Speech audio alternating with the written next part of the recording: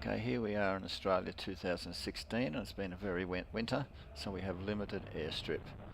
Can only use half the airstrip, so we're going to see on the southeast strip how we go here. There's the buckets in the distance. You might have got a good, we've got to be off the ground before we get there, and we're already off the ground well and truly before we get anywhere near the buckets, so we're using only maybe 1/4 of the airstrip for takeoff. But what we've got to do is see how the landing goes, because I seem to take more than twice the amount of strip to take off, to land on, than what I do to take off for some reason. I'm told I shouldn't, but this thing just stalls at a pretty high rate. Instead of like 28 knots, I think it's supposed to stall at, it stalls at about 35. Here we go, we're coming back on the same strip. There's no wind condition. We've got a little bit of wind, into wind here. I took off with the tailwind. We're coming down over the power lines there and about to cross the railway line. I have looked left and right to see that there's no train coming my way, because otherwise we would hit the train. And we're going to just miss the top of that fence there and hopefully land before we get to that, or soon, pretty close to where that tree is. But unfortunately, it looks like I've come in a little bit hard and fast. And I've pulled the flaps on before I did, and she's floating all the way. Those buckets have just disappeared, and we've come very close to the buckets.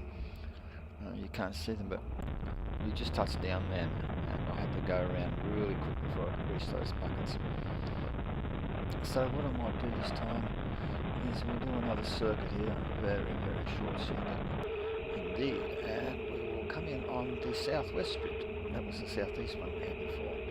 Now this strip is really not a strip, it's the old strip. And I've just got the mower out and just run it down a couple of metres of airstrip there to give me a line where it is. And hopefully I can stay into the centre.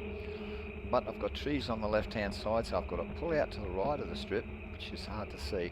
Then the last minute sneak back in again and land. You can see those water puddles there, that's what we've got to avoid. That's why there's only 2 metres of airstrip. As those water puddles were basically the centre of my airstrip before. So that worked out alright. The good thing about this strip, even though it's limited width, I know that I've got the full length of the strip to use if need be, whereas the other strip I haven't. It's pretty mucky in the middle there.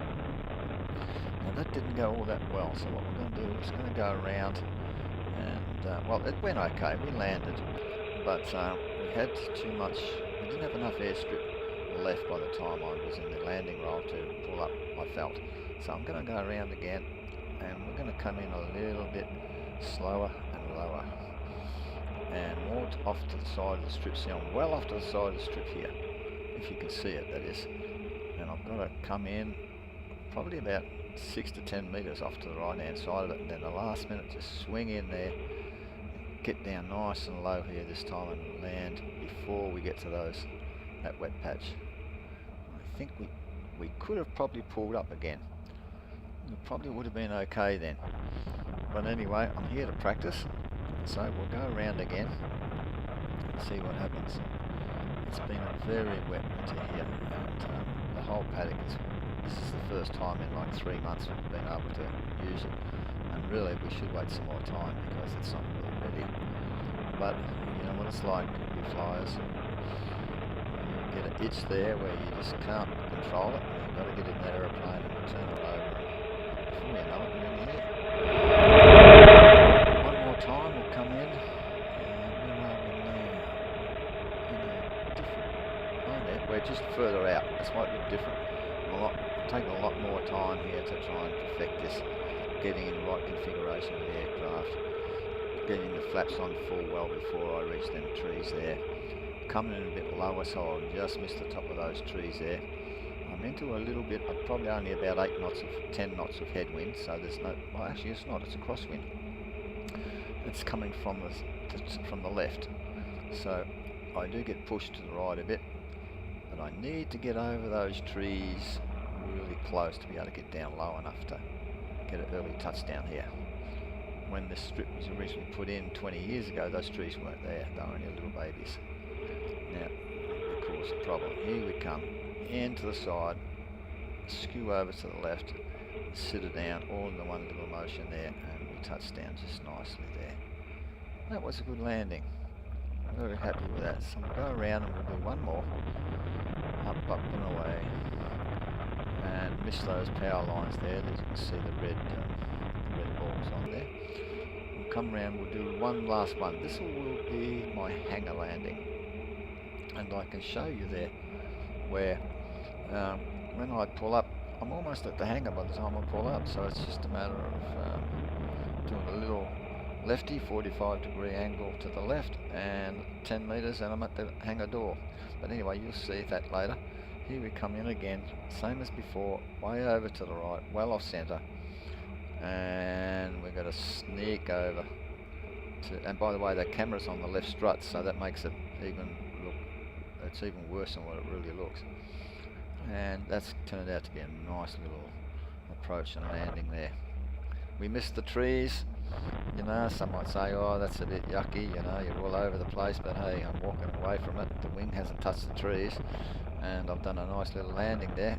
Then we come to the end of the roll, and we're just going to turn around, and look what there's the hangar door already.